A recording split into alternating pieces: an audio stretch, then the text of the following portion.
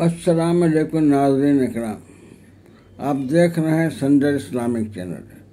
अल्हम्दुलिल्लाह, अरब में चांद देखा गया, वहाँ आज से रोज़ा शुरू है। इंशाअल्लाह ताला यहाँ भी आज चांद नज़र आएगा और आज से ही तरावी और रोज़ा कल से शुरू हो जाएगा। आइए इस सिलसिले में चंद बातें आपसे साथ शेयर कर रहा हूँ जो गालिबन हर मुसलमान और रोज़ेदार जानता ही होगा, फिर भी जानने के बावजूद भी हम शेयर करते हैं। इससे अपनी तसल्ली होती है, इससे इसाले सवाब भी होता है और याद ताज़ा होता रहता है। इस गर्ज से मैं आपके साथ शेयर कर रहा हूँ, ये नहीं कि मैं आपको सिखा रहा हूँ या कोई नई बात बता रहा हूँ। हम जानते हैं कि रमज़ान के महीने को 3 अशरे में बांटा गया है, तकसीम किया गया है। 10-10 रोज़ का हर अशरा होता है, जिसमें पहले अशरा अल्लाह की रहमत से ताल्लुक़ है और दूसरा अशरा अल्लाह से मग़फ़िरत का और तीसरा अशरा जो है जहन्नम से खलासी का। अल्हम्दुलिल्लाह, सारी बातें हम लोग जानते हैं। अब रहा कि अल्लाह ताला ने फरमाया है, हमने तुम पर रोज़ा फ़र्ज़ किया ताकि तुम तक़वा अख्तियार कर सको। अगर हम तक़वा के साथ रोज़ा रखते हैं, रोज़ा के तमाम शरात को पूरा करते हैं, यानी कि सहरी से लेकर गुरूब आफ्ताब पे कुछ खाते पीते नहीं हैं, जिससे जिस्मानी रोज़ा न टूटे। और रूहानी रोज़ा ये है कि हम किसी की ग़ीबत न करें, किसी को तकलीफ़ न पहुँचाएं, किसी के दिल आज़ारी न करें, किसी के टोह में न लगे रहें, किसी की ग़ीबत न करें, यानी कि वैलुल्ले कुल्ले होमो जति डोमोज़ा के स्केल पर हम पूरी तरह उतर जाएं, ताकि हम किसी की ग़ीबत हानि में मुब्तला न हो सकें और अपने रोज़ा को बहलाने के नाम पर अपने रोज़ा को बर्बाद न करें। लिहाजा तीनों अशरा के फ़वाइद जो अल्लाह ने फज़ल करम दिया है इस रोज़े में, वो तमाम मुसलमान पूरी तरह उसका हासिल कर सकें, यानी कि अच्छी तरह से रोज़ा रखें और उसका सवाब भी अच्छी तरह से हमें अल्लाह अता करे।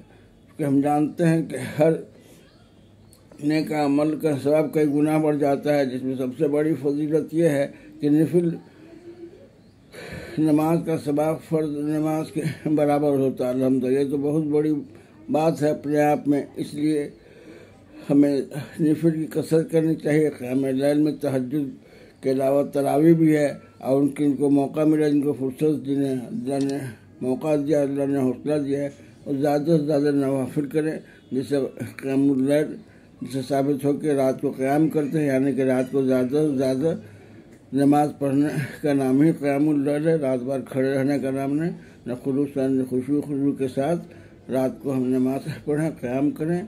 इसमें तरावी भी शामिल है, तहज्जुद भी शामिल है। इस तरह से रात को नमाज पढ़ने का जो सवाब होगा क़यामुल लैल की तरह इसका शुमार किया जाएगा। अल्हम्दुलिल्लाह। आइए तो हम सबसे पहले सहरी की दुआ तो हर अखबार में रहता है, और जब हम जुमा की नमाज़ पढ़ के निकलता है मस्जिद में भी अवेलेबल रहता है, कार्ड मिलता है जिसमें सहरी और अफ्तार की दुआ भी लिखी रहती है। फिर भी हम आपके साथ शेयर करते हैं। सहरी में पढ़ने की दुआ या वासिया मग़फ़िरत है, या सहरी ना फ़र्ज़ नहीं, लेकिन सहरी खाना सुन्नत है। हम सहरी खाते हैं तो खुद ब खुद नियत हो जाती है कि रोज़ा की नियत से सहरी खाने हैं। रोज़ा के लिए बाकायदा नियत ज़बान से अदा करने तो बहुत बेहतर है, लेकिन सहरी खाने ही से मुराद होता है कि हम कल के रोज़ा के लिए सहरी खा रहे हैं। अल्हम्दुलिल्लाह, तो ये दुआ है या वासिया मग़फ़िरत है। अब हम दिन भर में भी ज़्यादा से ज़्यादा दुआ पढ़ते रहें, ज़िक्र अज़कार में लगे रहें, जिसमें है कि या वासिया फ़ज़ल मग़फ़िरत दिन भर पढ़ते रहना है, या वासिया फ़ज़ल यग़फ़िरली, या वासिया यानी अल्लाह मैं बहुत वसी है, मेरे गुनाहों को बख्श दे। और फिर अगली